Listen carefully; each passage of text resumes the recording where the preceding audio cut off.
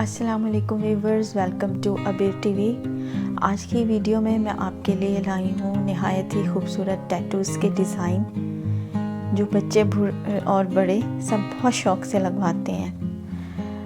बहुत दिल फरेब लगते हैं डिज़ाइन। कलरफुल टैटूज़ आप मेहंदी से आउटलाइन बनाकर भी इनकी फिलिंग कर सकती हैं अपने कलर कलेक्शन से। वाटरप्रूफ कलर इसमें यूज़ होते हैं जो स्किन फ्रेंडली होते हैं।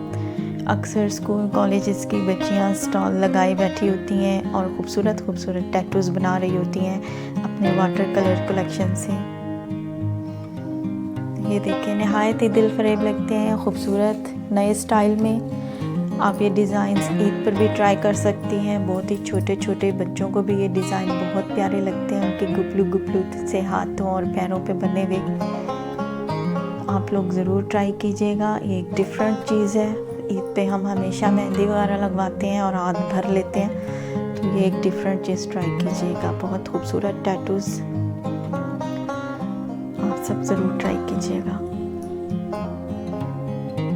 वीडियो पसंद आए तो कमेंट्स में बताइएगा। आपकी की हुई हौसला अफजाई मेरा बहुत मान बढ़ाती है। आप सबका दिल से शुक्रिया। लाइक कीजिए, सब्सक्राइब कीजिए मेरे चैनल को और शेयर कीजिएगा वीडियो को। अल्लाह हाफिज़।